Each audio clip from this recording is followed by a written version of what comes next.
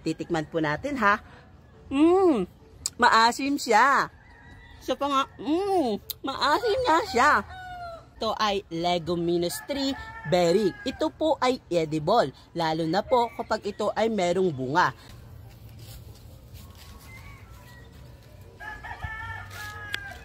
Ito ang sampalok. Kung sa Pilipinas ang tawag dito ay sampalok.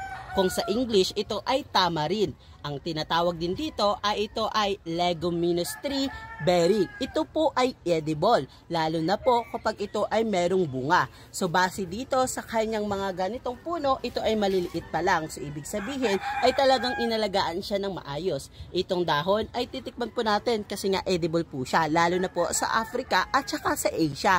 Titikman po natin ha. Maasim siya. So pa nga, maasim nga siya. Pero kinakain po nga siya at edible. Lalo na kapag meron siyang bunga. Katulad nito ay ito pa lang ay namumulaklak. Kaya pansin nyo na ang kanyang dahon ay parang makahiya. Kapag itatap mo yung kamay mo, hindi siya makakahiya ka, diba? Kasi nga, siya ay tamarin.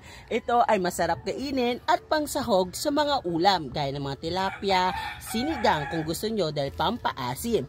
Itong tamarin na to ay nakakatulong para mabusog kayo kung kayo ay nagugutom, at dahil matamis siya at medyo maasim ay swak sa inyong kakainin. Kaya ano pa ninintay nyo? Ganun lang. Bye-bye.